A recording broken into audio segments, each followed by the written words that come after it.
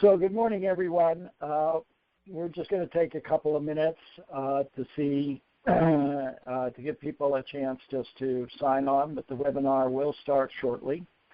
And we are recording it, so it'll be available for you to view again at a later date. And we will go through our presentation pretty quickly, and then we will open it up for questions. We hope to leave about half of the time available for questions. And so as we see more people coming on, which is good, we're now up over 70 people signed on to the webinar. We have about 150 registered. So we're going to get started.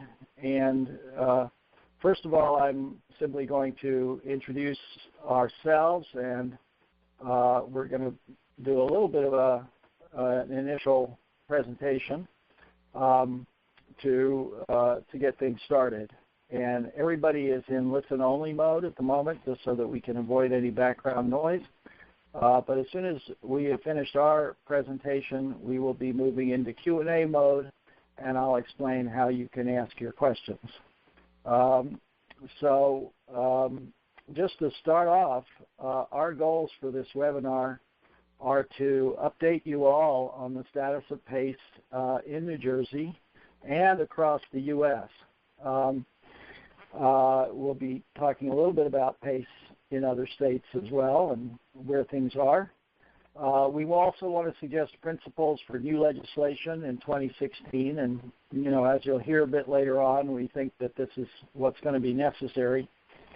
And finally, we want to initiate a multi-stakeholder coalition, and we'll say a few things about that and see if we can get people interested in doing that. So just to give you an overview of the webinar, and as people are joining, this is where we're at. We're recording this in case you don't get alerted to that when you sign on. But basically, we're going to run through very quickly what PACE is, why it's important, the experience in other states, where PACE is today in New Jersey, and talk a little bit about the governor's conditional veto and how we address the concerns that were expressed in the conditional veto. And that leads us into suggested principles for a new bill in 2016. And we'll talk about why we can't accept the current conditional veto and why, therefore, PACE will not be available until we get this new bill. And also, we'll talk about bringing together a coalition and what you specifically can do if you are interested in supporting the effort to get the PACE industry started in New Jersey. So to begin with, PACE, as I think pretty much everybody on the call already knows, stands for Property Assessed Clean Energy. Its purpose is really to remove barriers to energy and resiliency improvements on private property. Right now, these barriers primarily have to do with the lack of finance capital available. So what PACE does is it finances energy efficiency and renewables. It extends in the bill that was introduced in the last session or in the current session. It extends it to storm and water resiliency measures, and this is not unique to New Jersey. In California, they do seismic. In Florida, they do hurricane-resistant construction. So there is precedent for that. In the bill that was proposed and introduced in the last session, it also allows for private capital or County Improvement Authority revenue bonds, and we can maybe talk a little bit about the difference between general obligation and revenue bonds. Another advantage to PACE is that payments are spread over a much longer term than bank loans, in the case of New Jersey, up to 30 years. owners start to save money on energy immediately. It's cash flow positive. There's really no out-of-pocket expense. So the benefits, once the improvements have been made, are right there. And as far as a commercial owner, particularly, the PACE financing is considered off balance sheet, so this doesn't impact the owner's credit. It improves their cash flow. The loan or financing is secured against the property as a voluntary special assessment, and that special assessment as a municipal assessment runs with the property, and it's non-recourse and non-accelerating, so it's not like a mortgage loan exactly. It is a form of financing, and the municipality is reimbursed reasonable costs of collecting payments. So there's really no cost to the municipality. Why it's important is that there's really a pent-up demand for improvements and maintenance since the 2008 recession. It overcomes the barriers to financing improvements, as we said. It offers one of the few alternatives for upgrading affordable and public housing. It brings in literally millions of dollars in private capital investment, and we'll see that in all the states in which it's been introduced and is running successfully. It creates local jobs, economic development, and business attraction for those towns that implement it. And it enables New Jersey to compete with neighboring PACE-enabled states, which already includes New York and Connecticut. And the program in Connecticut in particular is running very effectively. It supports the towns and the state's sustainability and resiliency goals. Clearly the reason for doing this is to help reduce energy waste and to increase resiliency, and that includes a whole range of things that we might get a chance to discuss briefly.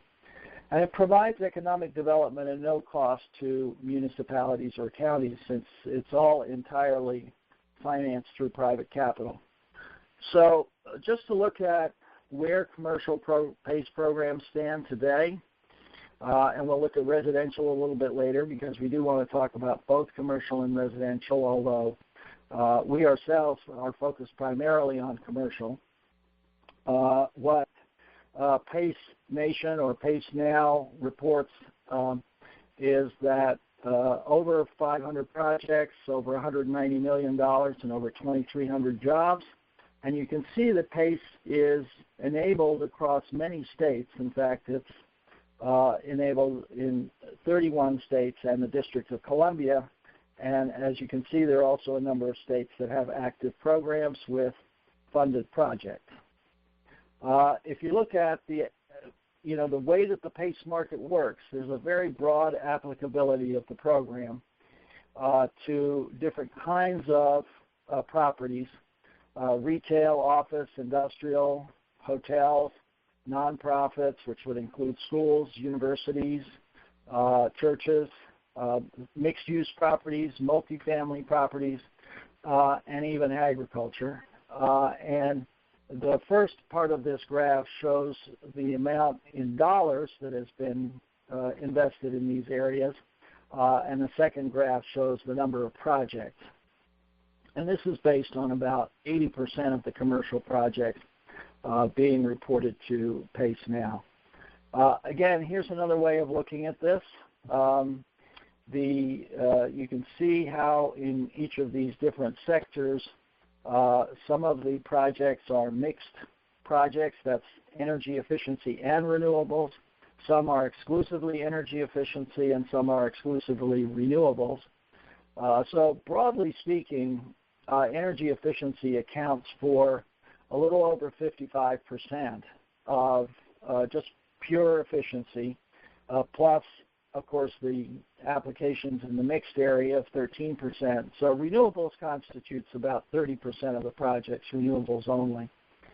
Now, this is what it looks like on the residential side.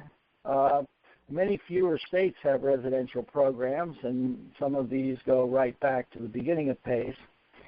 But so far, over something close to 60,000 homes have been improved, more than $1 billion. And in fact, one of the companies announced that they had surpassed $1 billion in investment just in the past, in 2015 alone.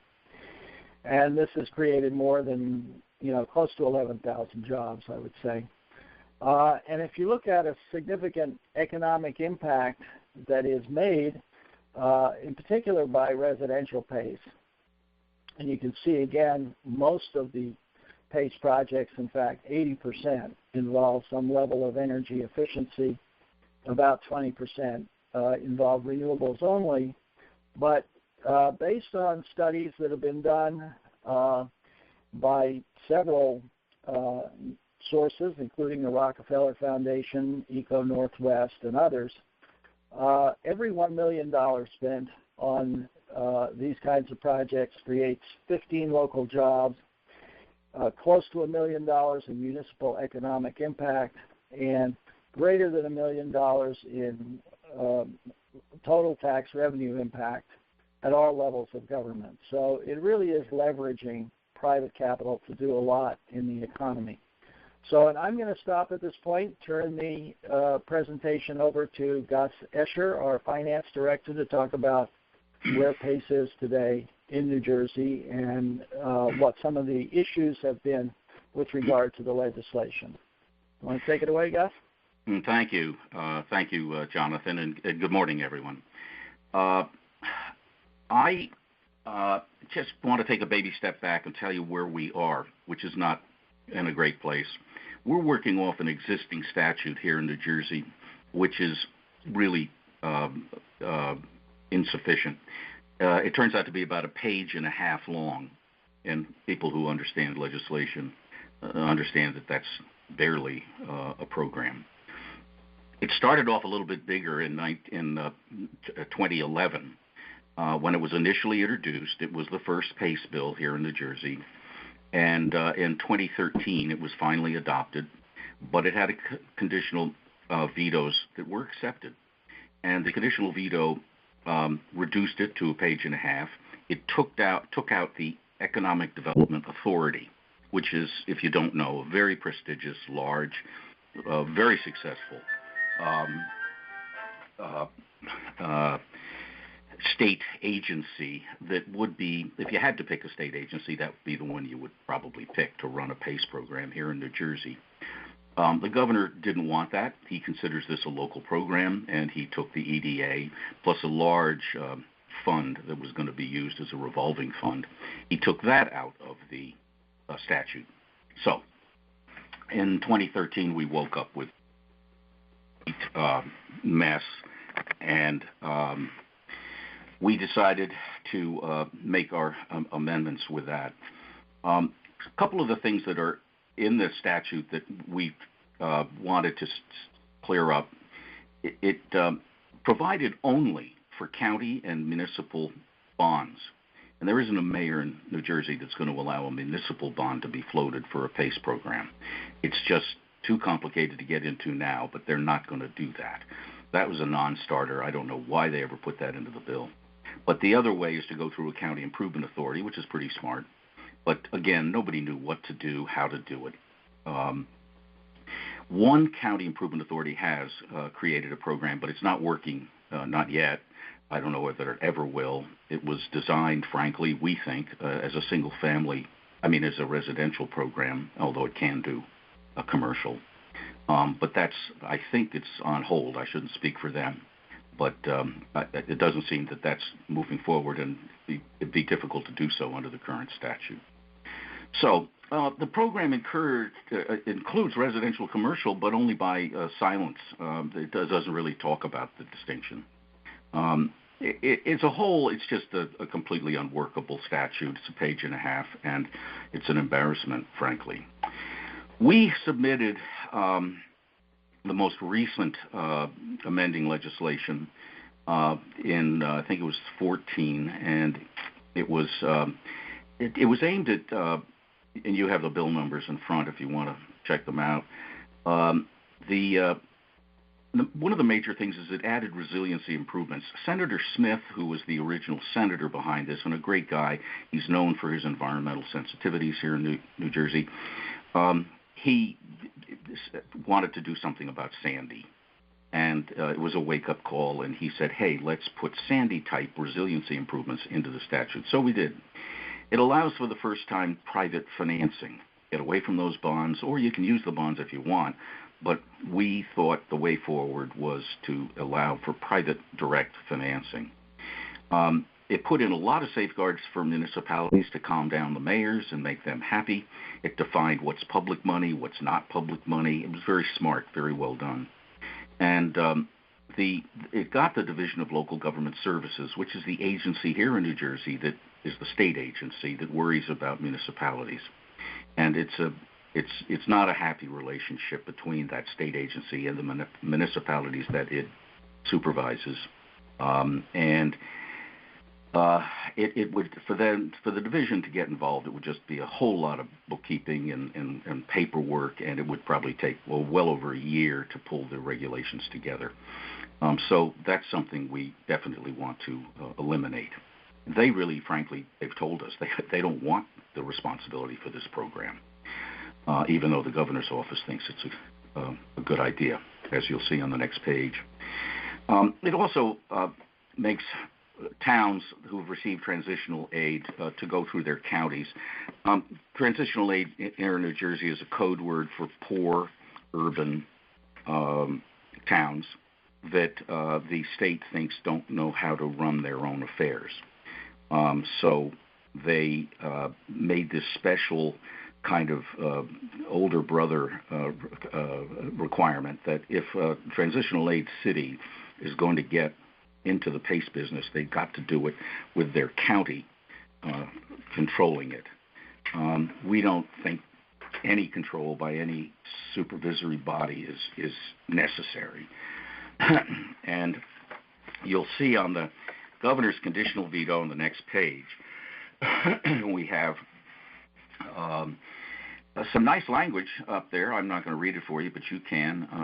The governor seems to support the overall aim, which is good. And then there's, I think, 9 total provisions. We're only going to touch on a few of them, but they're killers. Residential is considered controversial, and the other thing that troubles them is having a prior lien that comes along with normal PACE financing. There are ways around this, but they didn't get the message. They didn't really hear that, which is kind of sad. We told them, but they didn't hear it. They have a pilot program in there as if commercial PACE needs a pilot. $500 million worth of work has already been closed, and we need a pilot program limited to 10 towns. And they can't be transitional aid, read tired old cities. It can only be for the commercial properties. So in the conditional veto simply removes any discussion of residential. It's gone. And it requires, and additionally, this is really amazing, the consent of all lien holders. Now, that would include builders' lien, contractors' liens, environmental brooks and creeks kind of liens that can be put on property. There's just a lot of liens that can be put on a piece of property, as many of you may know. So now, in addition to getting the consent of the other folks, we have to get the consent of, people who are really involved in the PACE project. Now we have to get consent from everyone who could possibly throw a lien on the property. That's just insane. We haven't seen it anyplace else. It also brings back in our friends down at the Division of Local Government Services. They have to write the rules and regulations we're terrified of, and they have to pre-approve each town and each town's program. So you can imagine how long that might take. We think there's a middle ground. We're hoping there's a middle ground. We think there is a middle ground, and we think that many of the concerns that are in the governor's conditional veto are misunderstandings, and we want to give the governor the benefit of the doubt that he's doing this in good faith, that he just has a conservative way of looking at the world, and he's entitled to that, and he wants these things satisfied to move forward. And so based on that set of assumptions, we think that we can get a lender consent can be required for commercial properties. We can live with that. Apparently that's standard in a few other places. As many of you may know, I'm not sure just where they are, but I know that that exists and is actually the best practice across the country. There haven't been any issues with that we are aware of. It doesn't work for residential. We all know that. You're just not, half the time you can't find out who the lender is. And we it's clear to us that the New Jersey Lending Association, which is represented here by the New Jersey Banking Association in New Jersey, they need an education as well as the governor's office. So that's on us to do more of that. We thought we had done that, but we got to go back and do more, do it better. The residential solution, the governor's conditional veto did mention FHA and FHFA. That's on their mind. Apparently there has been some contact between the governor's office and those entities in Washington. We're not sure what it was, but we're under the impression that there's been some back and forth, and that's fine. It's tricky, however, that we want to be in favor of what they come up with if it's reasonable. So we're hoping, and we have reason to believe, that maybe in the next couple of months, certainly the FHA is going to give some guidance, and we would include that in the bill if it's workable for all the parties. And by that I mean the Bankers Association has to sign off, and we have to sign off, and the coalition will have to sign off, and the major players if they choose not to be part of the coalition. This has got to be a group effort. The rest of this is pretty obvious about the oversight. It's just boggles our mind that no program in the states in the country that we are aware of has a state level oversight, and it's in keeping with the state looking at municipalities here in New Jersey as being wayward, stupid, incompetent, and corrupt. And that's pretty tough language, but I've been an elected official here in this state, and I've been around this state all my life, and it's really sad, the animosity and the distrust that goes along between the state and that's why, and the municipalities, and that's why this oversight thing keeps cropping up. So with that, we think it's doable, and we're excited about doing it, and a little bit of history for you. Thanks. Victoria? Yeah, thank you.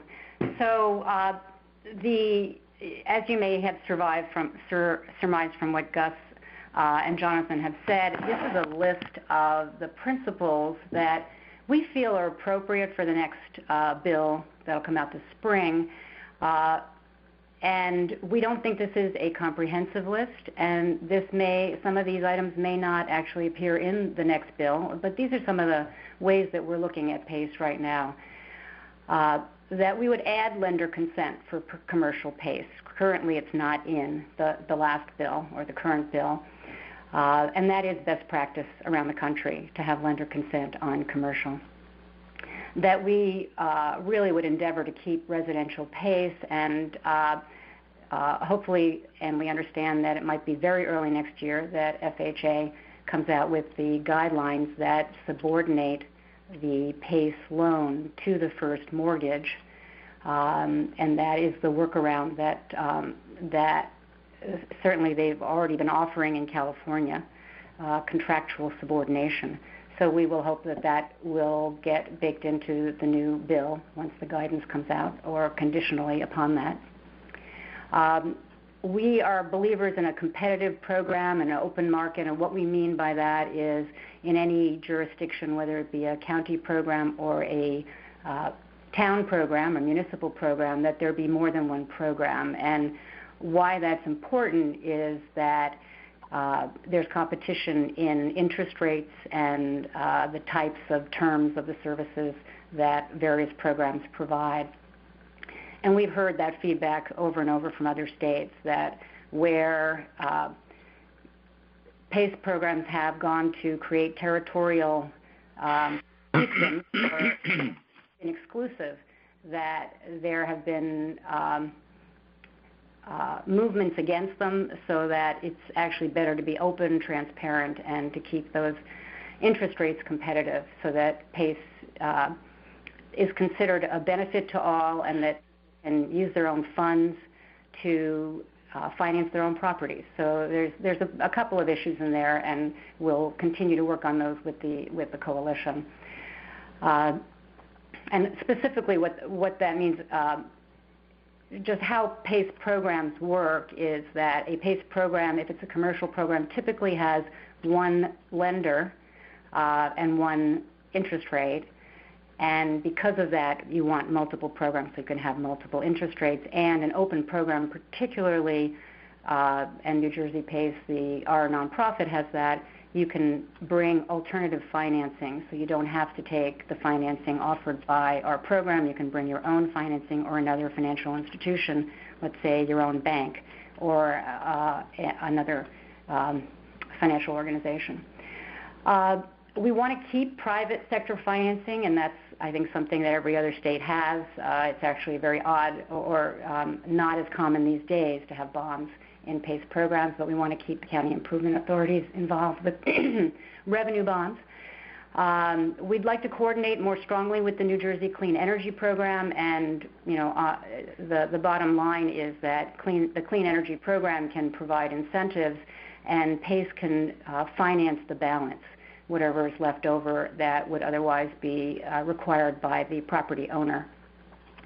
And we do understand that even with some of the most generous New Jersey Clean Energy programs that might, in the past, the direct install might provide 70% financing, that there are property owners that will not put 30% cash or credit up front, and that's why PACE is such a godsend to be able to do this clean energy work.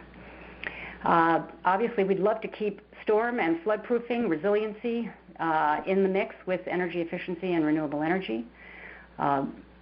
Affordable housing and low and moderate income neighborhoods.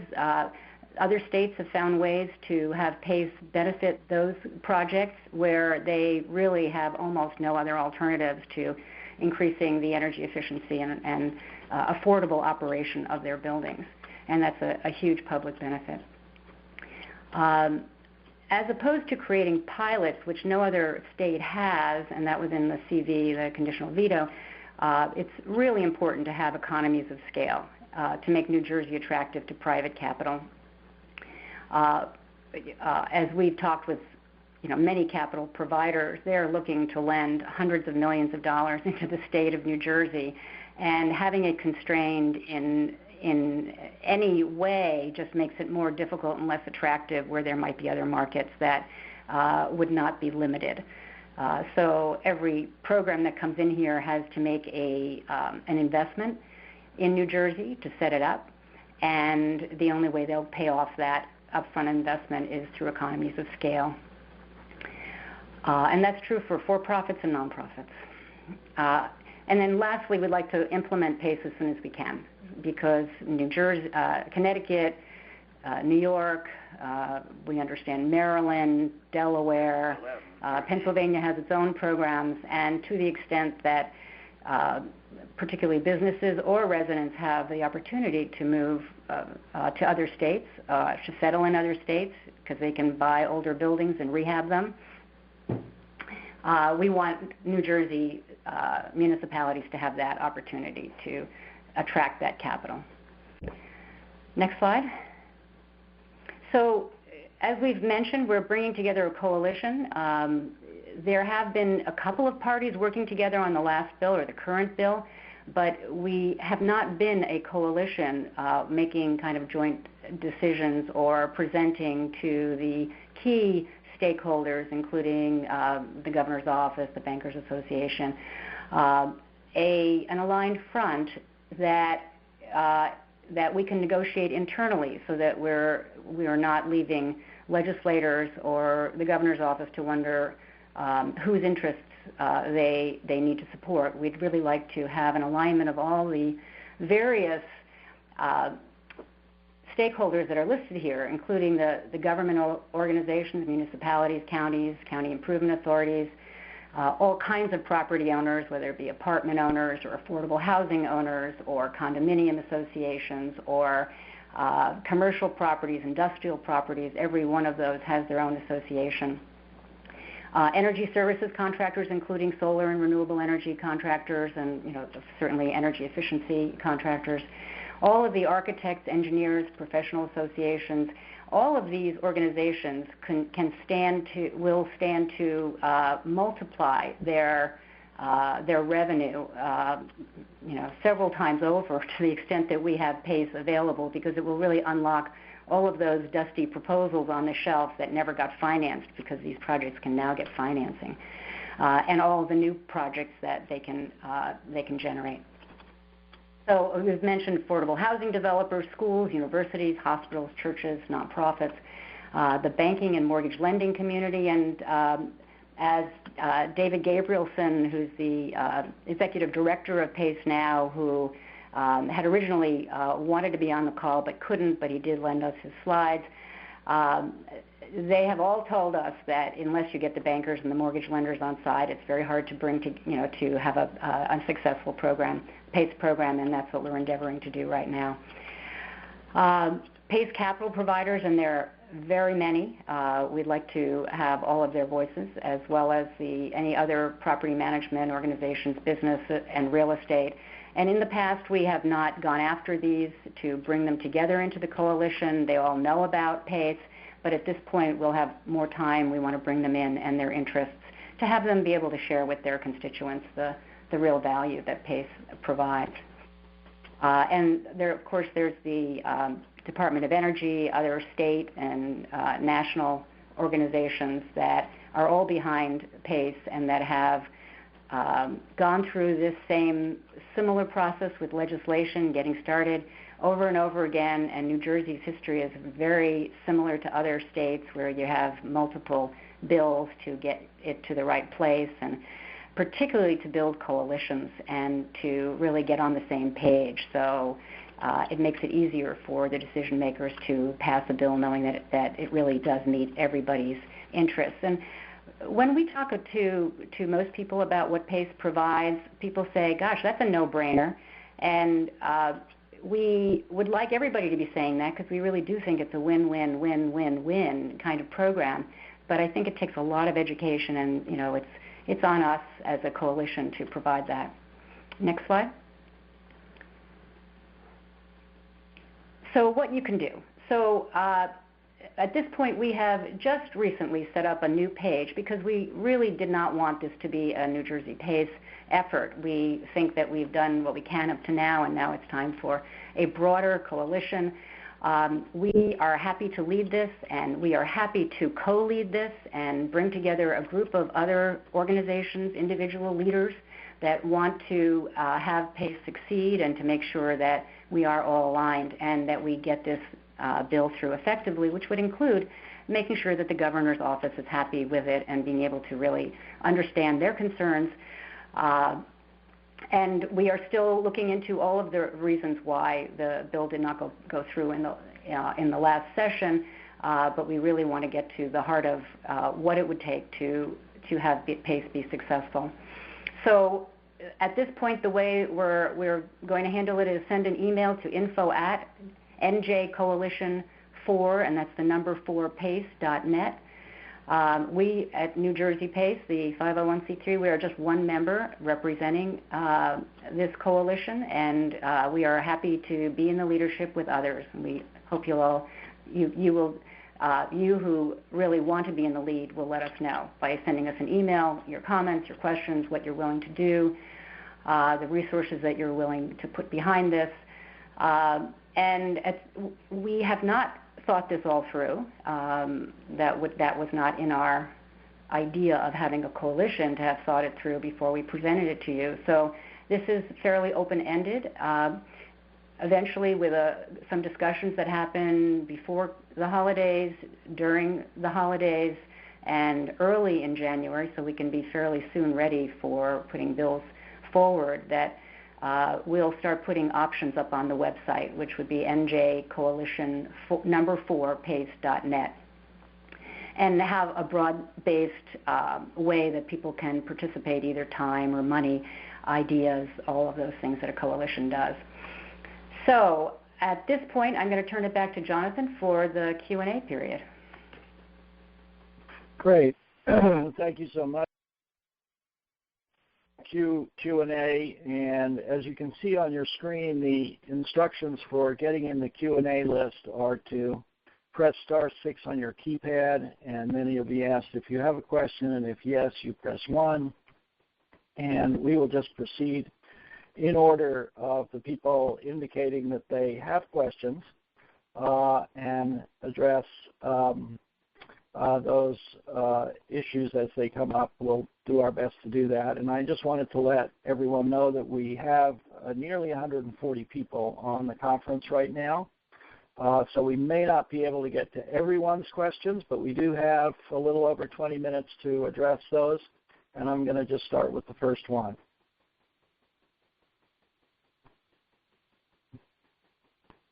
I think I'm going to start with. So if you whoever's the next questioner can speak and raise their question. Would that be me? That would be you. Yes, thank you. I own an energy management consulting business, and I have about a $3.3 million project at a shopping center in Egg Harbor Township. And it's been on hold for about a year, waiting for a viable financing solution. PACE obviously provides that kind of solution. Is there any timeline as to when we will get the PACE bill resolved? Any projections, any estimates, so I can have some kind of response to my clients? Right. Well, I should say, first of all, you're certainly not alone. I get calls just about every week with people telling me that they have projects that have been sitting on the shelf waiting for financing. Of course, we had hoped that the bill that was passed in 2015 would have made it in law in some way or another, because the current statute really is not workable for municipalities. The best that we can hope for is to ask the sponsors to introduce a new bill in the next session, hopefully early in the spring, and to get it through the legislature, the committees, the legislature as quickly as possible, and back to the governor, assuming that we will have resolved the issues that the governor's office raised, so that there will be, no real holdups after that. But exactly how long that will take, I don't think anyone can say. And I'm going to move to the next question.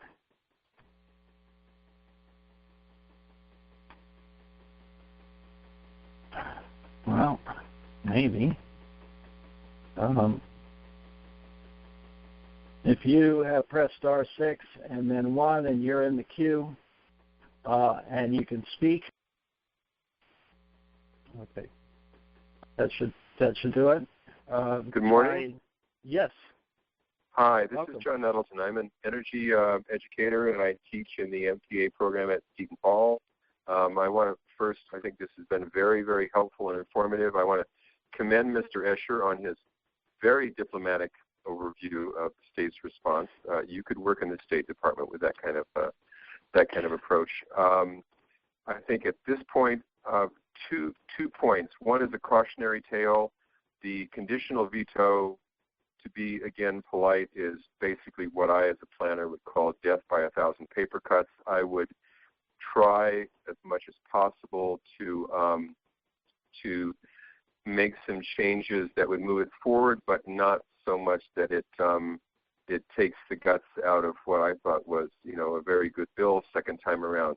Second point, in terms of tactics and strategy, is in terms of making the choice between educating the governor's office and working with the banking sector. I would spend my time, and I think the bulk of the emphasis should be on educating the lending community.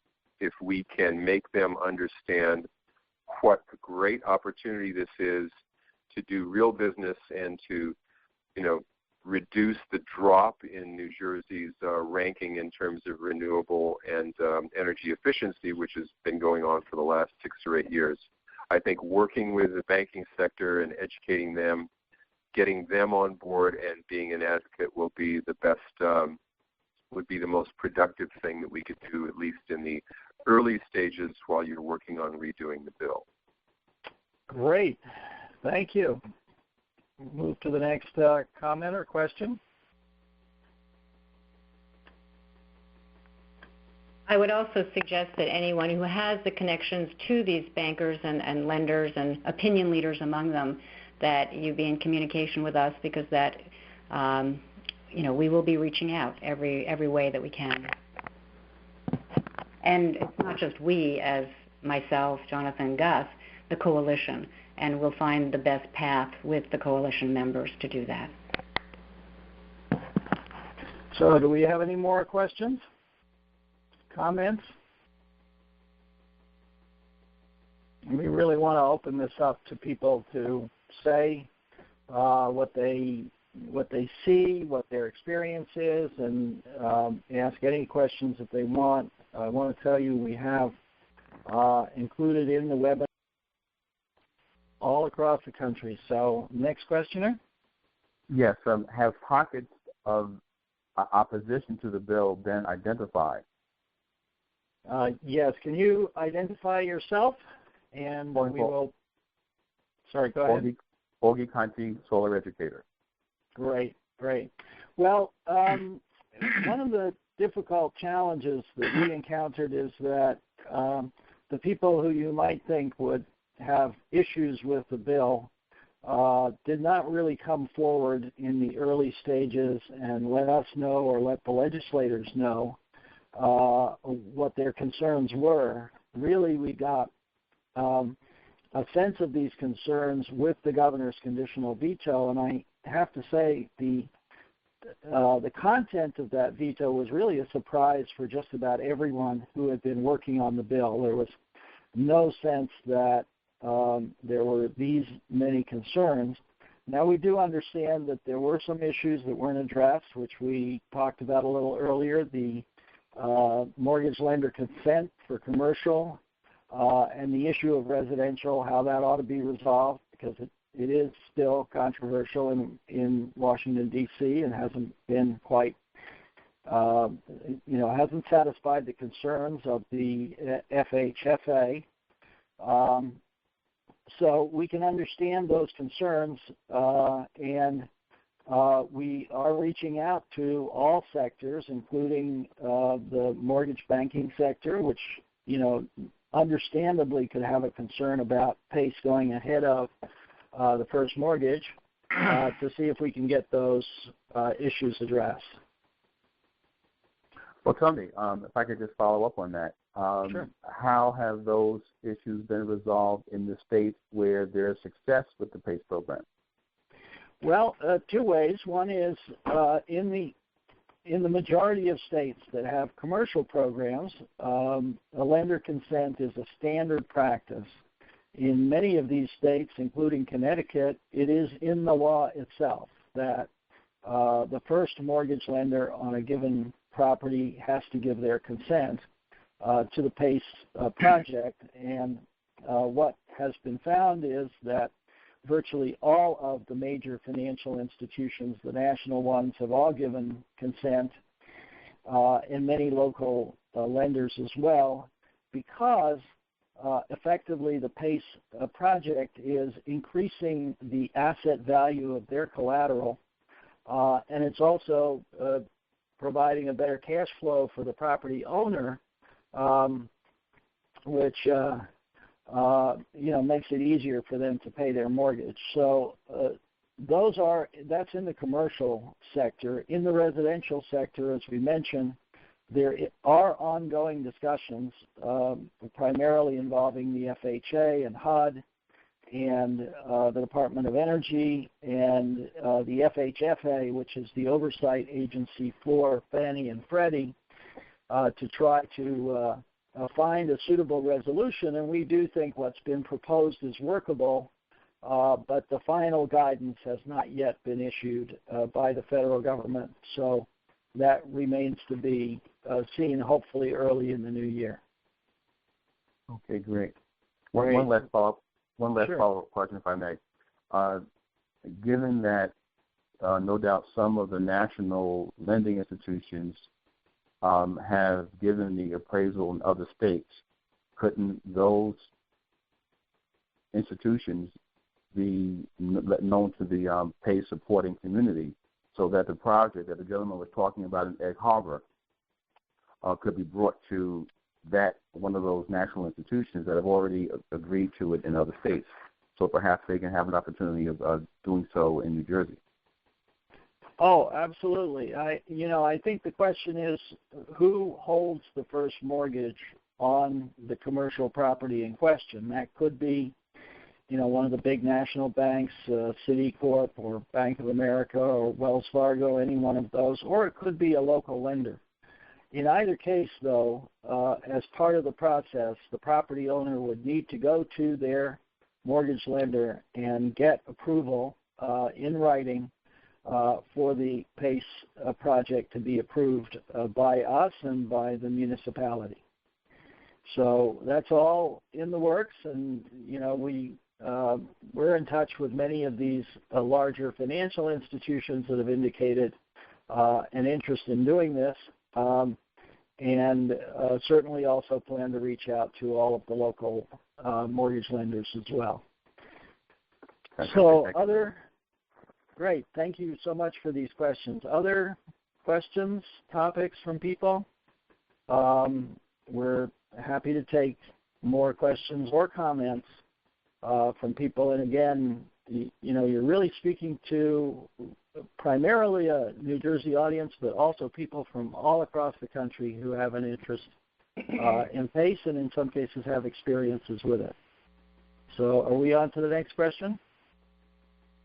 Well, I just want to say, this is Victoria Zellen again. We had one event mid-year, June, and we did bring together leaders from other states to speak to the audience about what has worked and, how they've gotten around issues and barriers, including the lending organizations, the bankers associations, and to whoever was speaking to that. We will continue to do that with the coalition, and other states have offered to be helpful. They may not be able to travel, let's say from Texas, but we can get people on conference calls, and since every state that has a successful program going, and there are many, each of them have had to work through these issues with their bankers and mortgage lenders associations, and they've been able to either have them be supportive in the end or neutral once they really understand, very clearly what the safeguards are, and that they comfortable comfortable.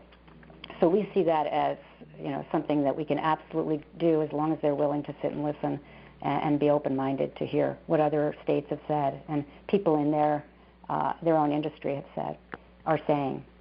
So. Great. More questions.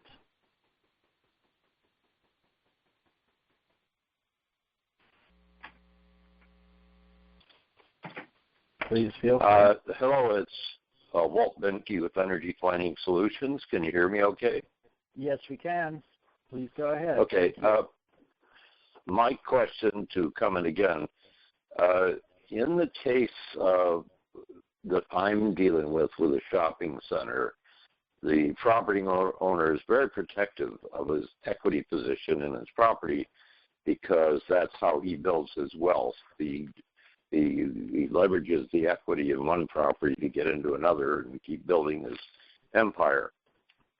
He's very concerned that taking on any type of funding position with his property, including PACE, can jeopardize that equity position and cause him to lose effective leverage, financial leverage, to be able to take a position in another property.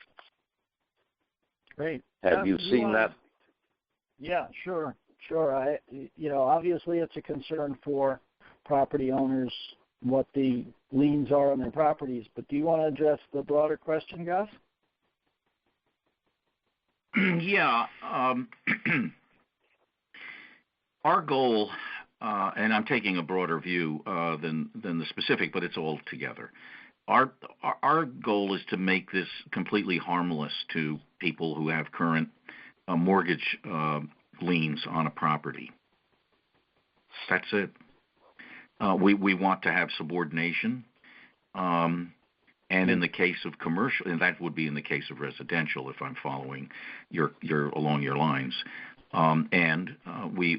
We're comfortable, like everybody is, with lender consent on a commercial property because everybody's going to know where that lender is, and those are people who understand what's going on. The difference between a commercial program and a residential program is basically night and day. They're very, very, very different programs.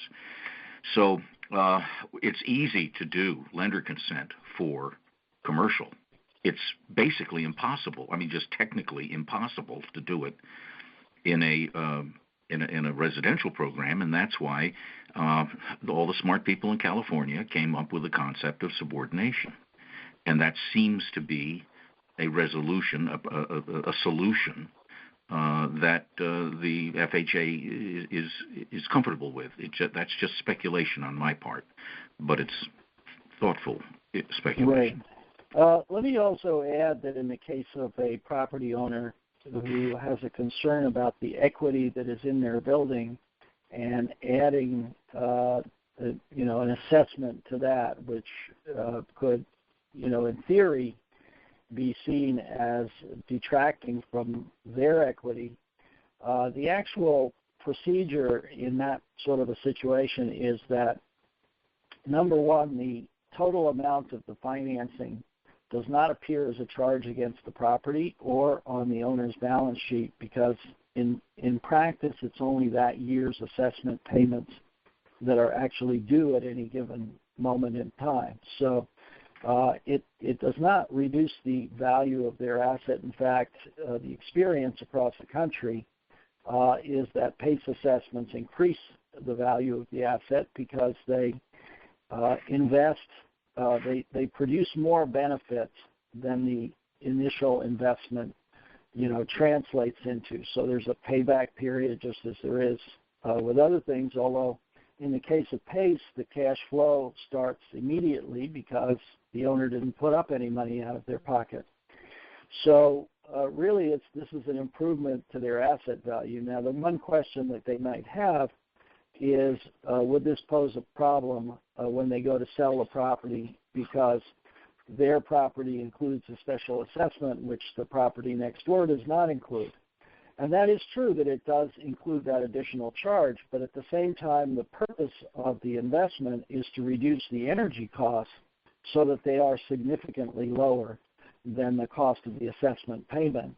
So when a property owner is in a situation like that, they're really offering something to a prospective buyer that the work has already been done, the property is energy efficient and is saving, let's say 20 to 30% over what it was using before, and the cost of that investment is perhaps half or somewhere around there of the value of the energy savings. So typically this has not been found to be a problem with commercial PACE across the country. Okay. Excellent. That's the answer I was looking for, and I appreciate that. Thank you. Great. As a matter of fact, even in the residential sector, there are studies that say houses with solar panels on them are more rather than less valuable. And we can help you get hold of those if you'd like. I'm sure most of the solar installers can get you that information. part of it, the reason is that certainty is very valuable. So if energy costs are going to be going up, or any which way in an uncertain pattern, and you are consuming a lot of energy in your property, you don't want to be at the mercy of energy prices. And so putting in energy efficiency and renewable energy measures limits your risk, because you have less. You're less susceptible to having a big energy budget go up even higher. So it just minimizes your energy budget. Great. I can see that there's another questioner, so we'll move on to the next question. And by the way, there are some questions on the chat, and there are a number of questions. Some of them are being answered by Jonathan. It would be great if you wanted to speak up, and otherwise we can certainly answer your questions offline if there are certainly enough questions to go to the end with verbal questions. Yes, and again, to get in the queue for the next question, you just have to press *6 and then 1 at the prompt, if that's, and if you're having trouble with that process, just try it over again a couple of times, and if not, send us a chat through the chat window.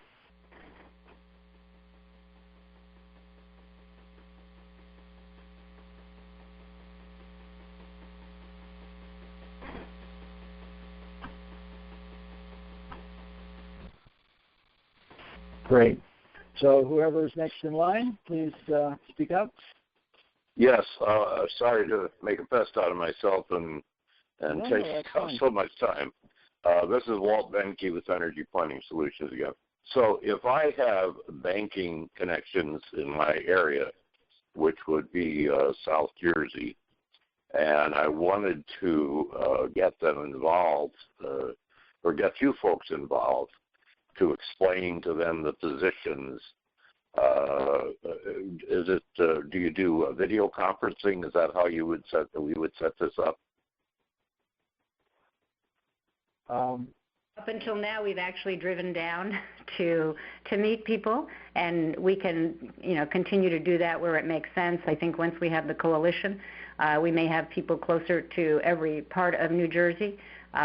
But we are willing to do whatever it takes for both the overall law and certainly any projects once the overall law is working. And, of course, to get things like lenders and bankers on side, we will do what it takes.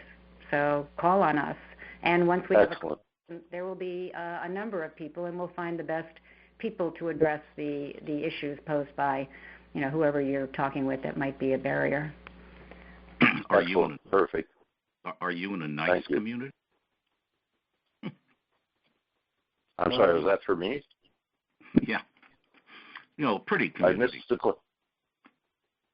I missed the question. That's quite all right. I was just having a little fun. We'd love to come down and see. We're getting close to the top of the hour here, and so we are willing to stay on for a few minutes to answer as many questions as we can. But I did want to, before we do that, really thank everyone profoundly for joining us in this conversation, and we hope that you'll take a look at the new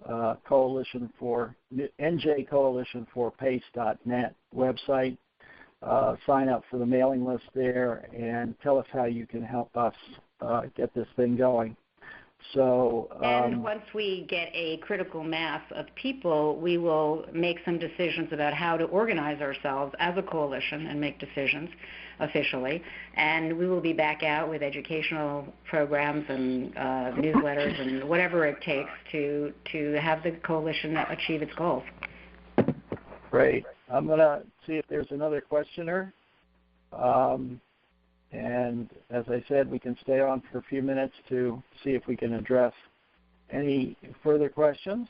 And Jonathan, we'll be sending out a link to the recording so you can listen again or pass this on to others.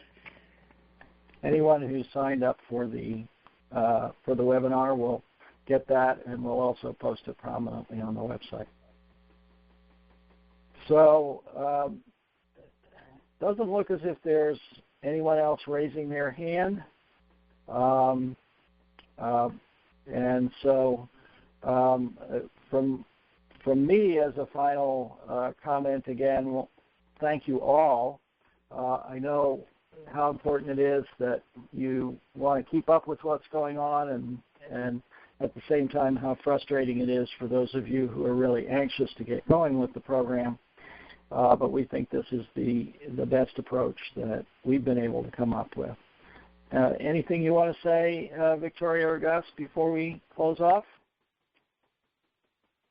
I have a suggestion. I know that Chris Mazouskas has asked quite a few questions on the chat, and people are welcome to leave the call, but he may have asked questions that are on other people's minds, and if we can have that conversation, Chris, if you're still there and can give us some indication of that by maybe doing *6 and 1, but you don't have to speak, but we have all of your questions and we can be, working down through them in case it's of use to other people. That's just my suggestion, and I know it would go out over the 12, but it's just going to be on the webinar and added value. Gus, did you have any thoughts? No, I'm good. Thank you all. Great. Well, thank you very much. I'm going to end the recording, and we'll conclude the webinar, and we'll post the link to it as soon as we can. Jonathan, did you want to do that with Chris or not? Oh, absolutely. We'll follow up, and I have made a copy of everything that was in the chat window, and we'll try to take it on that way. Okay. All right. So we won't do this verbally. Okay. Thank you all. It's a pleasure. We hope to be working with you soon. Bye-bye. Bye.